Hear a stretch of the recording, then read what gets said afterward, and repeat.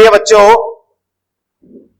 आज हम एक नया टॉपिक पढ़ेंगे, डिटर्मिनेंट यानी सारणिक। हर टॉपिक इंपॉर्टेंट है, हर टॉपिक की अपनी इंपॉर्टेंस होती है।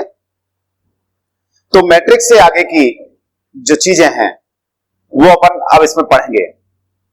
इससे पहले आपको ध्यान होगा कि हम कंपोजिट फंक्शन पढ़ चुके हैं, इनवर्स ट्रिग्नोमेट्रिक फंक्शन पढ़ चुके हैं, मैट्रिक्स पढ़ चुके हैं, और ये आज एक नया टॉपिक है डिटर्मिनेंट। डिटर्मिनेंट है क्या चीज? वास्तव में जो समीकरण निकाय होते हैं उनको सरल करने के लिए हम सारणिक का प्रयोग करते हैं, और इस समीकरण निकाय को हम आगे चल करके इस एक्सरसाइज में सॉल्व भी करेंगे। ठीक है, तो डिटर्मिनेंट क्या है कि अगर मान लीजिए कोई वर्ग मैट्रिक्स है ए, जैसे सपोज कीजिए ये है A11, A12, A13, A21, A22, A23, फिर A31, A32 एंड A33। ये एक वर्ग मैट्रिक्स है, 3x3 का है। हमने एक एग्जांपल के तौर पे ले लिया है। हर मैट्रिक्स के संगत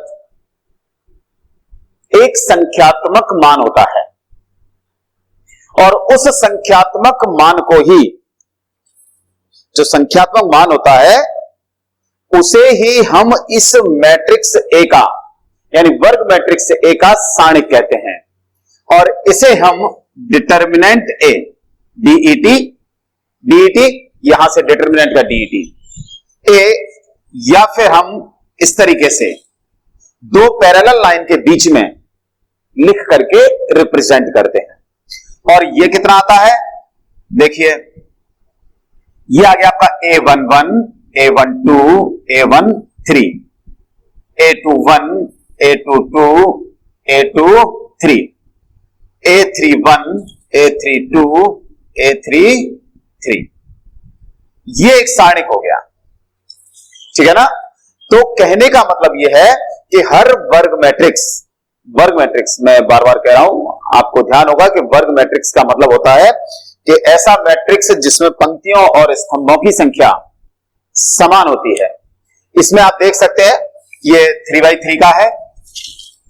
ठीक है, तो किसी भी वर्ग मैट्रिक्स के संगत एक उसका संख्या का अस्तित्व होता है, संख्यात्मक मान का अस्तित्व होता है, और उस संख्यात्मक मान को ही हम सारणिक ए कहते हैं, जिसे हम डिटर्मिनेंट ए अथवा इस तरीके से दो पैरेलल लाइन के बीच में लिख करके रिप्रेजेंट करते हैं, और इस डिटर्मिनेंट को भी हम दो पैरेलल लाइनों के बीच में लिख करके रिप्रेजेंट करते हैं। ये बात विशेष तौर से ध्यान रखें। ठीक है, अब क्या है, वैसे तो अपन आगे चल करके पढ़ेंगे कि डिटर्मिनेंट में व्युत्क्रमणीय यानी इनवर्सिबल या इनवर्सिबल है या नहीं है, वो आगे की चीज है, अपन उसको आगे डिस्कस करेंगे। यहां थोड़ा सा सारणिक के बारे में ही डिस्कस करते हैं। ठीक, तो अगर मान लीजिए सारणिक की कोटि के बारे में बात की जाए, ठीक है ना, तो सारणिक वैसे ही जैसे 1x1 का, 2x2 का, 3x3 का जैसे मैट्रिक्स होता है, ठीक उसी प्रकार से सारणिक होता है। मान लीजिए ये 1x1 का है, तो 1x1 का, चूंकि एक पंक्ति एक स्तंभ है, 1x1 का जो सारणिक होता है उसे हम ए, दो पैरेलल लाइन के बीच में लिखेंगे, और इसकी वैल्यू ए के इक्वल होती है। ध्यान रखिए, अक्सर गलती कर जाते हैं हम, 1x1 का जो होता है ये मापांक नहीं है, मॉडुलस नहीं है। अक्सर क्या होता है मॉडुलस में, तो देखिए ये होता है कि जैसे मॉडुलस में -3 लिखा हुआ है, इसकी वैल्यू होती है 3, है ना? 3 है तो इसकी वैल्यू 3 होती है। नॉन नेगेटिव नंबर होता है, ऋणोत्तर वास्तविक संख्या होती है। लेकिन यहां अगर ये -a है तो इसकी वैल्यू -a होगी। ध्यान रखिए, तो अक्सर हम गलती कर जाते हैं जब 1x1 का डिटरमिनेंट लिखा होता है तो हम उसे गलती से मॉडुलस समझ लेते हैं, जबकि मॉडुलस नहीं है। ये सिर्फ क्या है, ये किसी डिटरमिनेंट को रिप्रेजेंट करने का तरीका है। ठीक है, तो इस सारणिक का मान a माइनस ए का माइनस ए, ये 1/1 का सारणिक होता है। अगर आपके पास 2/2 का सारणिक दे रखा है तो फिर कैसे निकालेंगे? 2/2 का सारणिक देखिए, बहुत आसान है। बस आपको अच्छे से सुनना है कि आपको क्या बताया जा रहा है और अच्छे से उस चीज को नोट करना है, कॉपी में देखना है, नोट करना है। ध्यान रखें, अक्सर ये देखने में आया है कि मैथमेटिक्स की जब चीजों को अपन बोर्ड से कॉपी करते हैं तो कहीं ना कहीं मिस्टेक कर देते हैं माइनस प्लस का। तो इसलिए आपको जो कुछ लिखना है बिल्कुल सही सही लिखना। 2/2 का अगर डिटरमिनेंट जैसे सारणिक है, सॉरी मैट्रिक्स है A11 A12 A21 A22, इसके संगत आपको 2/2 का है, चलिए लिख देते हैं 2/2 का मैट्रिक्स है, इसके संगत हमें सारणिक बनाना है। तो कैसे लिखेंगे? या तो आप लिखें डिटरमिनेंट A या फिर इस तरीके से लिखें, क्या हो जाएगा A11 A12 A21 and A22। अब इसको आपको एक्सपेंड करना है, विस्तार करना है, मतलब वैल्यू निकालनी है। वैल्यू कैसे निकालते हैं देखिए ध्यान से। जब आप 2/2 के सारणिक का मान निकालते हैं तो कैसे निकालना है? हम क्रॉस मल्टीप्लीकेशन करते हैं इस तरीके से। पहली जो प्रोसेस होगी वो ये होगी आपकी, यानी जो एलिमेंट्स दे रखे हैं उनका इस तरीके से मल्टीप्लाई करना है, राइट। उसके बाद जो सेकंड आपकी प्रोसेस होगी वो ये होगी सेकंड, फिर आपको इस तरीके से मल्टीप्लाई करना है। जब आप इस तरीके से करेंगे, संख्या लिख देंगे जो भी मान आएगा, फिर जैसे ही आप इस तरीके से करेंगे तो आपको नेगेटिव साइन लगाना है। मतलब वही हो गया कि जैसे ये ढलान है, ठीक है ना, ऐसे जाना, डाउनवर्ड्स जाना, नीचे की ओर जाना, ढलान होती है। और ढलान पे आप जानते हैं कि साइकिल चलाने में अपनी स्पीड बढ़ जाती है, यानी पॉजिटिव हो जाती है। तो जब आप इस तरीके से मल्टीप्लाई करेंगे तो प्लस का चिन्ह लगाएंगे। ये चढ़ाई है, अपवर्ड, ऊपर की ओर जाना, चढ़ाई में आपको पता है कि साइकिल की स्पीड हमारी कैसी हो जाती है? कम हो जाती है, यानी माइनस हो जाती है, नेगेटिव हो जाती है, तो हमें माइनस चिन्ह लगाना है। तो कैसे करना है? A11 A22 A11 A22, negative sign लगाना, ध्यान रखना। इसका फिर इससे A21 A12, ठीक है। फॉर एग्जाम्पल सपोज कीजिए ये सारणिक दे रखा है आपको 5732 और वो कहता है इसकी वैल्यू निकाली है। बहुत सिंपल है, सेम इसी तरीके से अपन इसका एक्सपेंशन करेंगे। कैसे करेंगे? फर्स्ट इस तरीके से मल्टीप्लाई करेंगे, ठीक है ना, फिर सेकंड हम इस तरीके से मल्टीप्लाई करेंगे। ये अपना फर्स्ट है और ये सेकंड है। जैसे ही सेकंड पे मल्टीप्लाई करेंगे अपन उससे पहले नेगेटिव साइन लगाएंगे। तो करिए मल्टीप्लाई, इसका इस तरीके से करिए, क्रॉस मल्टीप्लाई 5 का 2 से, 5 इंटू 2, फिर नेगेटिव साइन। जब ऐसे करेंगे तब नेगेटिव साइन लगाना है आपको। 3 इंटू 7, इसको कैलकुलेट कर लीजिए, 5 टू 10 माइनस 21, कितना आ गया? -11 आ गया। ये 2/2 के सारणिक को सॉल्व करने का तरीका होता है। मैं समझता हूं कोई प्रॉब्लम नहीं होनी चाहिए इसमें, ठीक है। अच्छा चलिए एक और क्वेश्चन देखते हैं 2/2 पर ही। क्या है?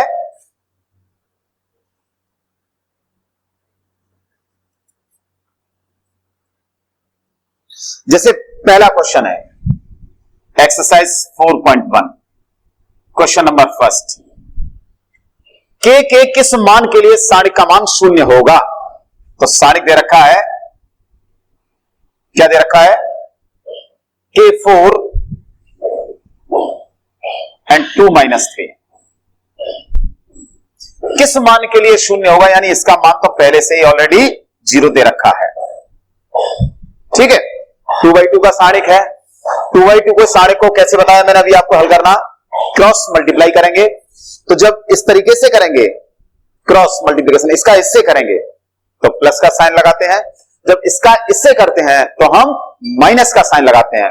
देखिए इसका इससे मल्टीप्लाई करिए, लिख लिया करें, शुरुआत में कोई दिक्कत नहीं है। जब आपको ऐसे करना है, ये फर्स्ट स्टेप है और ये इसका सेकंड स्टेप है, फिर आपको इस तरीके से करना है और विद नेगेटिव साइन है। तो कितना हो जाएगा, k इंटू -3, तो k इंटू -3 माइनस साइन लगाना है, चढ़ाई पे चढ़ना है अपन को, है ना। तो 4 इंटू 2 इज इक्वल टू 0 दे रखा है। कितना हो गया, -3k -8 is equal to 0। We want to find the value of k. So, calculate for k. -3k is equal to 8 and k is equal to -8/3. ये आपका आंसर आ गया, है ना।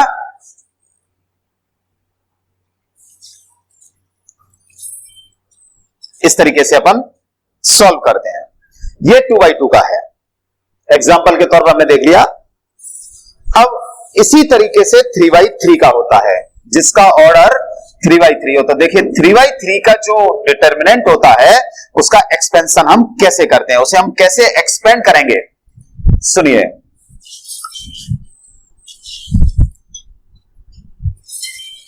सपोज कीजिए ये 3/3 का डिटर्मिनेंट है, A11 A12 A13 A21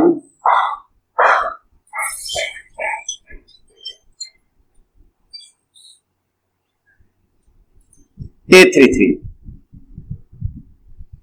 इसका हमें एक्सपेंशन करना है,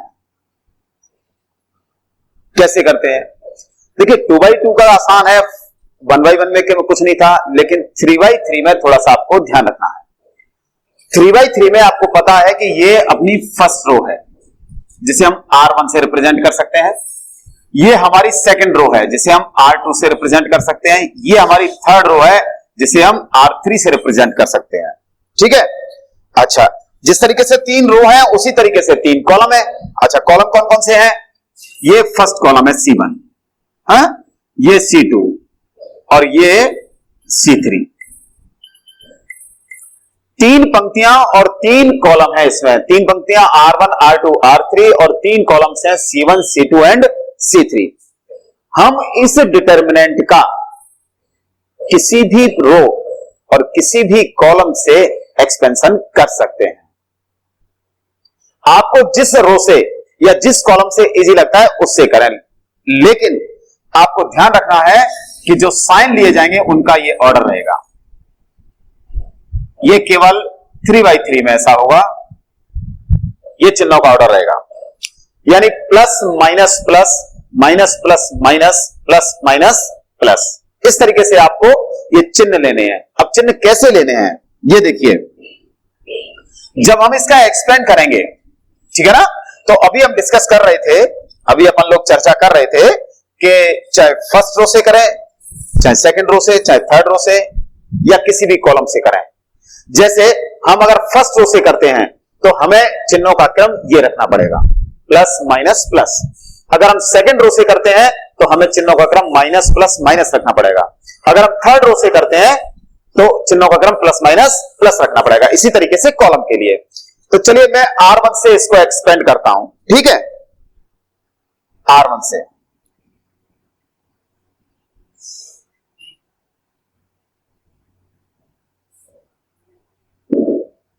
कैसे करेंगे, R1 से विस्तार देखिए।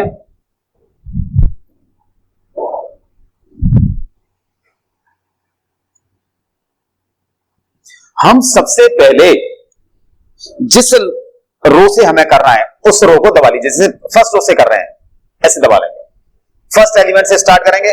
फर्स्ट एलिमेंट्स के कॉरस्पॉन्डिंग साइन कौन सा है, प्लस। तो यहां प्लस तो लिखते नहीं है पहले, इसलिए हम लिख देंगे A11, ओके। अब हम एक्चुअली A11 के यानी जिस पंक्ति और जिस स्तंभ में है, ये पहली पंक्ति है, देखिए दिख रहा है, मैंने पहली पंक्ति दबा दी और पहले स्तंभ में, पहले कॉलम में पहला कॉलम दबा दिया। बाकी के जो एलिमेंट्स बचे, कौन कौन से बचे? A22, A23, A32, A33। मेरा हाथ देखिए, मैंने फर्स्ट रो दबा दी, फर्स्ट कॉलम दबा दिया। अब कौन कौन से बचे? A22, A23, A32, A33। इनको आप यहां लिख देंगे, A22, A23, A32 और A33, इस तरीके से।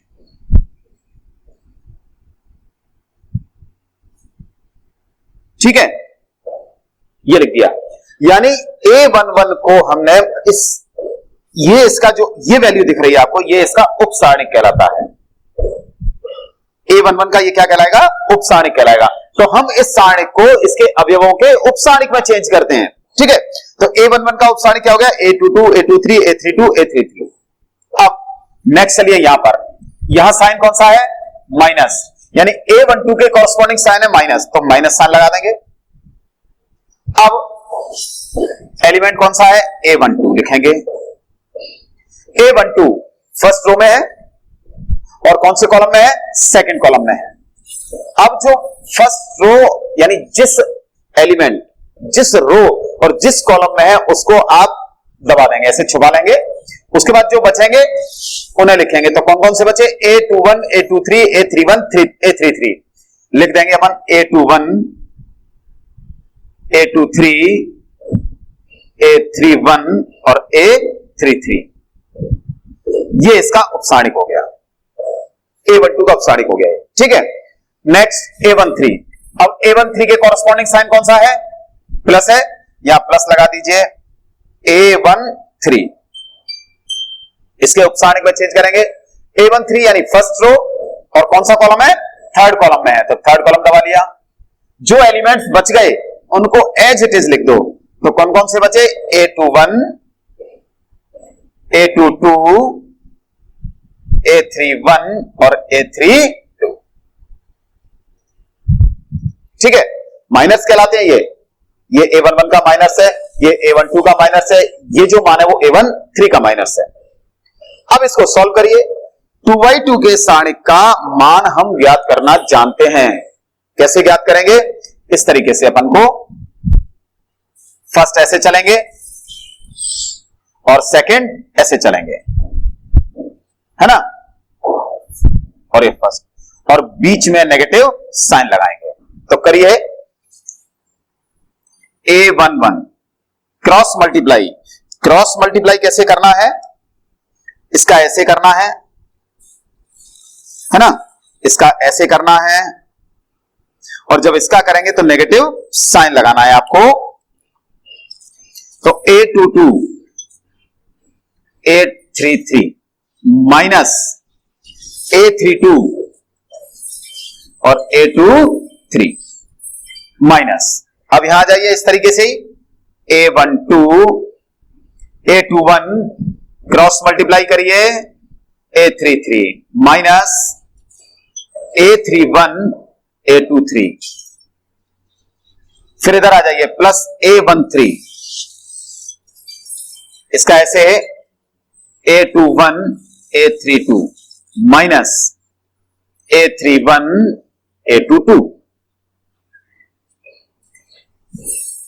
इसका इसमें मल्टीप्लाई कर दीजिए, A12 का इस पूरी संख्या में मल्टीप्लाई कर दीजिए, A13 का इसमें मल्टीप्लाई कर दीजिए।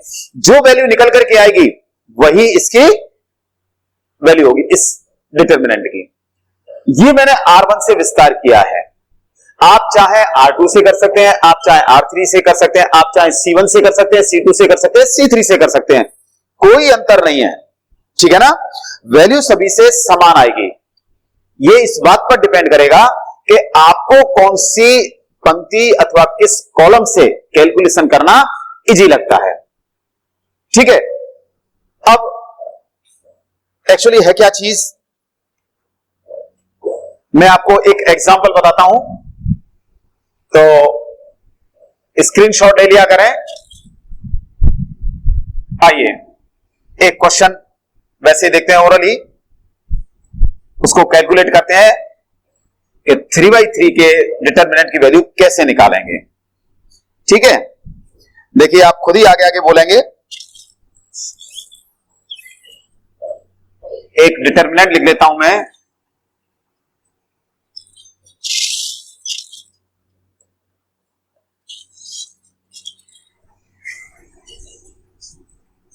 -350 -7 0 11 1302 ये है। ठीक है, इसका वैल्यू निकालना है। तो मैं आपको बता दूं कि जब डिटर्मिनेंट को सॉल्व करते हैं, ये ध्यान दीजिए, जब हम डिटर्मिनेंट को सॉल्व करते हैं तो हमें उस रो या उस कॉलम से सॉल्व करना इजी रहता है जिसमें ज्यादा से ज्यादा जीरो होते हैं। जिस रो या जिस कॉलम में ज्यादा से ज्यादा जीरो हो, उसी रो या कॉलम से आप उसका एक्सपेंशन करिए। अब यहां देखिए, करने को तो हम R1 से कर सकते हैं, R2 से कर सकते हैं, R3 से कर सकते हैं, C1 से कर सकते हैं, C2 से कर सकते हैं, C3 से कर सकते हैं। लेकिन देखिए, हमें वैल्यू निकालनी है, बेहतर ये होता है कि हम सिंपल मेथड से निकालें। कोई ऐसा लेंदी मेथड करने की आवश्यकता नहीं है, क्योंकि बाई चांस अगर गलत हो गया तो फिर दिक्कत हो जाएगी, परेशानी हो जाएगी हमारे लिए। आपको पता है कि जब हम 3/3 का डिटर्मिनेंट को एक्सपेंड करते हैं तो हमें इन साइन की जरूरत पड़ती है। अब मैं आपको पहले इसका फर्स्ट रो से एक्सपेंशन करता हूं इसका मैं, ठीक है ना, फिर उसके बाद मैं सेकंड रो से करूंगा क्योंकि सेकंड रो में जीरो ज्यादा है। चलिए मैं पहले फर्स्ट से करता हूं, ठीक है, R1 से। तो 3, ये फर्स्ट रो और फर्स्ट कॉलम दबा दिया, इसके 3 के कॉरस्पॉन्डिंग साइन प्लस है, हमने प्लस लगा दिया, प्लस पहले लिखते नहीं है। तो बाकी के कौन कौन से एलिमेंट्स बच गए, 0 11 0 2, ठीक है। अब माइनस, गलती होगी बस अब आपसे, यही गलती होती है, छोटी छोटी मिस्टेक होती है, बड़ी मिस्टेक कभी नहीं होती। ये माइनस साइन लगा दिया, अब ये -7 है, तो ये -7 इस तरीके से लिखेंगे हम। इस माइनस का इस माइनस से कोई लिंक नहीं है, कोई संबंध नहीं है, ठीक है। तो ध्यान रखिए, इस माइनस का इस माइनस से कोई संबंध नहीं है। वो बात अलग है कि अपन अभी मल्टीप्लाई करेंगे, ठीक है। तो फर्स्ट रो, और ये किस कॉलम में है, सेकंड में, इसको दबा दिया हमने, तो कौन सा बच गया, 50 एंड 02। अब आगे चले 13 के कॉरस्पॉन्डिंग साइन प्लस, तो +13, ये वाला साइन यहां लिखते हैं। तो 13 के लिए पहली रो, थर्ड कॉलम क्या बचा, 50 0 11, तो 50 एंड 0 11 ये बचा, राइट। करिए इसको सॉल्व। 3 क्रॉस मल्टीप्लाई, इसका इससे 0 और ये इससे 0। आपको पता है जब ऐसे मल्टीप्लाई करेंगे डाउनवर्ड्स, यानी नीचे की ओर, ऊपर से नीचे चलेंगे तो प्लस के लिखेंगे, और नीचे से ऊपर की ओर चलेंगे तो नेगेटिव साइन आएगा। लेकिन यहां तो 0 का 2 से मल्टीप्लाई 0, 11 का 0 से 0, तो 0 ही आएगा टोटल। माइनस माइनस +7, 5 to 10 और 0 into 0 0, तो 10 - 0, वैसे 10 ही होता है, +13, 5 11 जा 55 और -0। इसका कैलकुलेशन करिए, 0 प्लस 10 7 जा 70 प्लस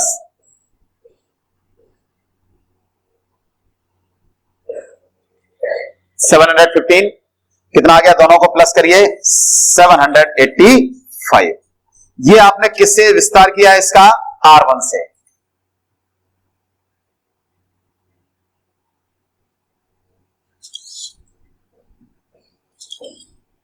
ठीक है, चलिए एक प्रूफ के लिए मैं इसका R2 से भी विस्तार करता हूं, क्योंकि आप देखेंगे कि R2 में 0 ज्यादा है, तो हम R2 से ही विस्तार करते हैं इसका।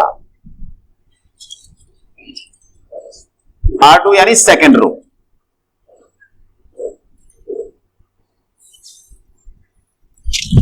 करिए। सबसे पहले ये 5, इसके कॉरस्पॉन्डिंग साइन, क्योंकि फर्स्ट रो के ये साइन है, सेकंड रो की ये है, तो सबसे पहले ये वाला साइन माइनस और ये 5। ठीक, अब ये 5 किस रो में है? सेकंड रो में है। और किस कॉलम में है? फर्स्ट कॉलम में है। तो सेकंड रो और फर्स्ट कॉलम ये हमने दबा दिया। कौन कौन से बच गए? -7, 13, 11, 2। तो यहां लिख देंगे हम -7, 13, 11, 2। ठीक है, अब आगे चले। ये कितना है? 0। और 0 के लिए ये सेकंड रो गई, सेकंड कॉलम गया। कौन कौन से बच गए? 3, 13, 0, 2। 3, 13 एंड 0, 2। ठीक है, अब 0 के लिए आ गया। अब इस 0 के लिए साइन, ये माइनस का, तो -0। -0 कहां पर है? Second row, third column. तो कितना बच गया? 3, -7, 0, 11। 3, -7 और 0, 11। ओके, चलिए -5 क्रॉस मल्टीप्लाई करते हैं 2/2 की तरह से, बिल्कुल है 2/2 है ये। तो -7 × 2 -14 माइनस, आपको ध्यान है ना, जब ऐसे मल्टीप्लाई करेंगे तो प्लस और जब ऐसे मल्टीप्लाई करेंगे तो माइनस। तो -11 का 13 से 143। अब ये 0 है, इसकी वैल्यू कुछ भी आती रहे, लेकिन 0 से मल्टीप्लाई करेंगे तो 0 ही आएगा। ऐसे इस तरीके से इसका सॉल्यूशन कुछ भी आए, लेकिन 0 से मल्टीप्लाई करेंगे तो फिर 0 हो जाएगा। लिखने की जरूरत नहीं है, लिखने की जरूरत तो यहां भी नहीं थी, लेकिन वो बता दिया कि इस तरीके से अपन को लिखना है। ठीक है, तो देखिए कितना हो गया? -5। ये कितना हो गया? -157। मल्टीप्लाई करिए, माइनस माइनस प्लस, 5 7 35, 5 3 5 5 25, 3 28, 2 7। देखिए रिजल्ट में कोई फर्क है? ये रिजल्ट 785 और ये रिजल्ट 785, यही आपका आंसर है। ठीक है, तो कहने का मतलब यह है कि हम किसी भी रो, किसी भी कॉलम से एक्सपेंड करें 3/3 के डिटरमिनेंट को, वैल्यू उसकी हमेशा सेम आती है। तो चलिए एक दो चीजें देखते हैं, अपन क्वेश्चन देखते हैं कि कैसे निकालना है।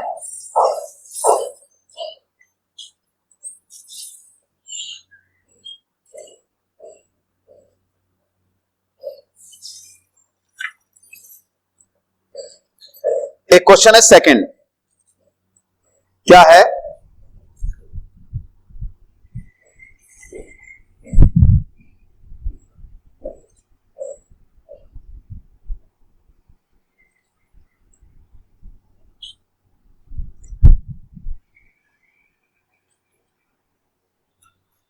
यदि XY to 4, क्या दे रखा है?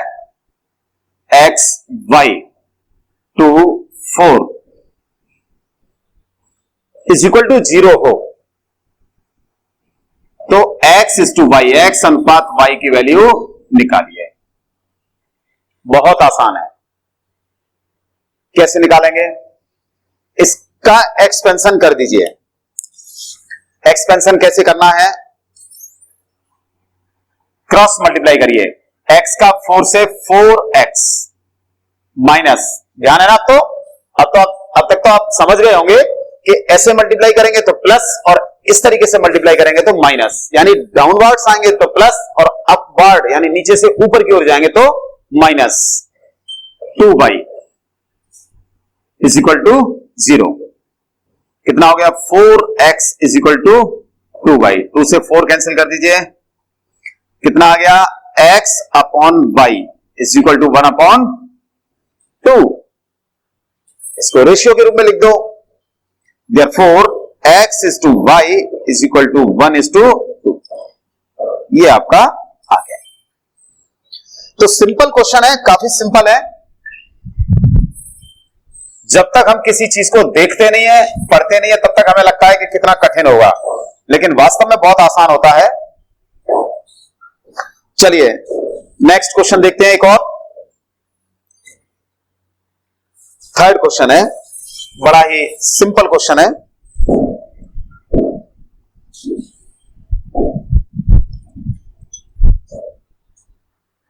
यदि 2y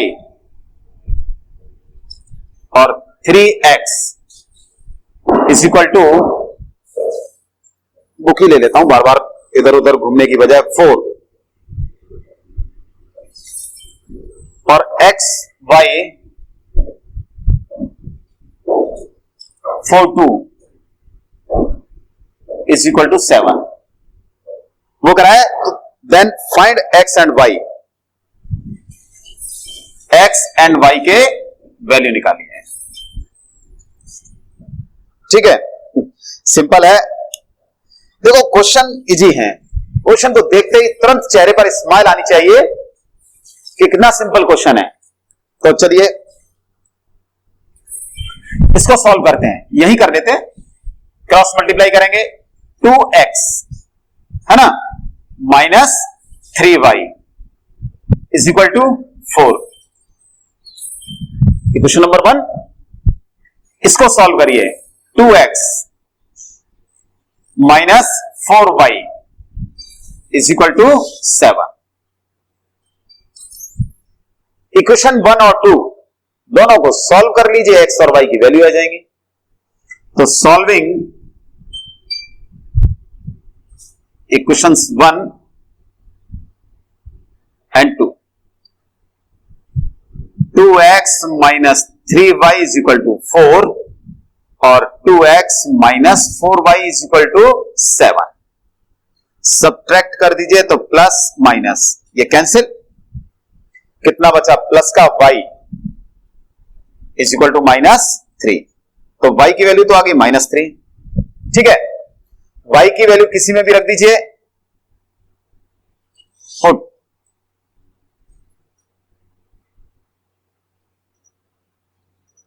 y का मान 1 में रखने पर रख दीजिए 2x माइनस 3, y की value minus 3 is equal to 4, 2x plus 9 is equal to 4। 9 को उधर ले जाइए, माइनस का 5, क्योंकि 9 उधर जाएंगे माइनस के, माइनस 9 और माइनस 9 प्लस 4 माइनस 5, और ये कितना हो गया, x is equal to minus 5/2। तो x इज इक्वल टू आ गया माइनस 5/2 और y इज इक्वल टू आ गया माइनस 3। ठीक है, हो गया। चलिए क्वेश्चन ये x और y की वैल्यू निकालनी थी हमें, हमने x और y की वैल्यू निकाल करके आपके सामने रख दी। चलिए नेक्स्ट क्वेश्चन करते हैं। एक प्रूफ करना है हमें, वो प्रूफ भी करते हैं। साफ कर दूं मैं जरा इसे,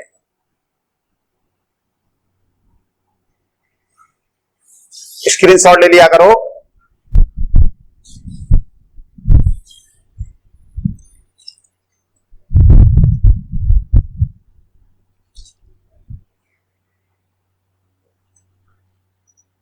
तो डिटर्मिनेंट के क्वेश्चन काफी आसान होते हैं।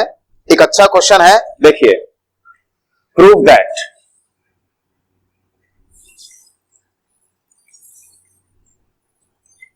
क्या है, 1 minus A minus B, 1 minus A minus B, A1 minus C, BC1 is equal to 1 plus A square plus B square plus C square। ये हमें प्रूफ करना है। तो बड़ा आसान क्वेश्चन है, चलिए प्रूफ करते हैं। LHS लेते हैं इसका, है ना। क्या है अपने पास, 1 minus A minus B, A1 minus C, BC1, ये आप देख सकते हैं 3/3 का डिटर्मिनेंट है, और 3/3 के डिटर्मिनेंट को जब हम सॉल्व करते हैं तो साइन का ध्यान रखना पड़ता है। ये आप साइड में लिख लिया करें, कोई प्रॉब्लम नहीं है, बिल्कुल लिखा करिए, इसमें कहीं कोई संकोच नहीं है। Plus minus plus minus plus minus plus minus plus एकांतर क्रम में चलते हैं। अब हम किसी भी रो और किसी भी कॉलम से इसको एक्सपेंड कर सकते हैं, तो फर्स्ट रो से ही करते हैं। चलिए 1, फर्स्ट रो और फर्स्ट कॉलम दबा दिया, ठीक है। क्या बचा? 1c और -c 1।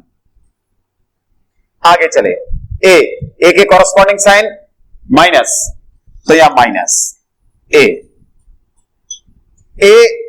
कौन से रो में है? फर्स्ट रो में है। और कौन से कॉलम में एग्जिस्ट कर रहा है? सेकंड में। दबा दीजिए उसको। जो बचा उनको लिख लीजिए। क्या बचा? -a c -b 1, -ac और -b 1, ठीक है। आगे चलिए, b corresponding sign plus b, first row third column, जो बच गए उनको लिख दीजिए। तो -a -b 1 -a, ये आ गया। ये 1 का उपसारणिक है, मैंने आपको पहले बताया था। ये a का उपसारणिक ये है, b का उपसारणिक ये है। इनके हम वैल्यू निकालते हैं। निकालिए, क्रॉस मल्टीप्लाई करेंगे। याद है ना कैसे क्रॉस मल्टीप्लाई करना है? इस तरीके से करना है, देखिए। चलिए मैं इसमें बता देता हूं। सबसे पहले अपन इस तरीके से करेंगे, ये है ना। इसके बाद अपन ये करेंगे सेकेंडरी, और इसको करने से पहले क्या लगाएंगे? नेगेटिव साइन लगाएंगे। तो देखिए 1 का 1 से 1 माइनस, क्योंकि अब ऐसे करना है ना मल्टीप्लाई 1 को, -c का c से, तो c इंटू -c। चलिए ऐसे कर लेते हैं जिससे आपसे मिस्टेक नहीं होगी। फिर -a करिए मल्टीप्लाई, -a का 1 से -a, माइनस साइन लगाते हैं, -b का c से, तो -b इंटू c, राइट। फिर +b, इन दोनों का इससे मल्टीप्लाई करिए, तो -a -c कितना हो जाएगा? ac और -b,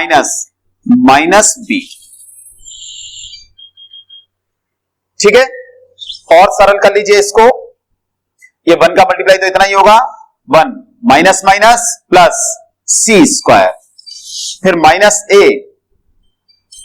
ये -a, और ये कितना हो जाएगा? माइनस माइनस प्लस bc, फिर प्लस b, अंदर आ गया ac और माइनस माइनस प्लस b, ठीक है। इसको और सरल कर लीजिए, 1 plus c square, -a plus a square, -a का प्लस bc से करेंगे तो -abc, b का ac से करेंगे तो abc प्लस के, और b into B plus b square, abc cancel हो गए। कितना आ गया?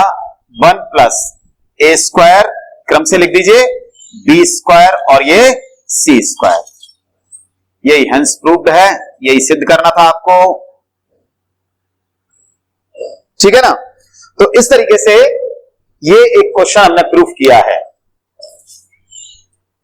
कि जो डिटरमिनेंट दे रखा था उसे हमें 1 plus a square plus b square के इक्वल प्रूफ करना था, हमने इस तरीके से प्रूफ कर दिया। तो इस तरीके से अपन क्वेश्चन सॉल्व करते हैं डिटरमिनेंट के। ये एक्सरसाइज 4.1 थी आपकी, जिसमें डिटरमिनेंट का इंट्रोडक्शन था और उस पर जो सिंपल जो क्वेश्चन थे वो हमने सॉल्व किए हैं। उम्मीद करता हूं कि आपको ये क्वेश्चन समझ में आए होंगे, डिटरमिनेंट भी समझ में आया होगा कि डिटरमिनेंट होता क्या है, और क्वेश्चन भी समझ में आ गए होंगे कि किस तरीके से हम इसका क्वेश्चन करते हैं। नेक्स्ट मॉड्यूल में हम किसी सारणी के गुणधर्म पढ़ेंगे, यानी और विस्तार से जाएंगे। और थोड़ा सा अपना जो लेवल है उसको, स्टैंडर्ड है उसको बढ़ाएंगे, है ना। तो उसकी प्रॉपर्टीज पढ़ेंगे। प्रॉपर्टीज बहुत इंपॉर्टेंट है। और ध्यान रखिए, डिटर्मिनेंट का एक क्वेश्चन आता है बोर्ड एग्जाम में, हर एग्जाम में आता है, कॉम्पिटेटिव एग्जाम में भी आता है इसका क्वेश्चन। तो आप अच्छी तरह से करें, क्वेश्चन की प्रैक्टिस करें, जो बाकी क्वेश्चन बचे हैं उनको भी सॉल्व करें आप, ठीक है ना। आपको समझ में आएगा। बहुत बहुत शुभकामनाएं, बेस्ट ऑफ लक।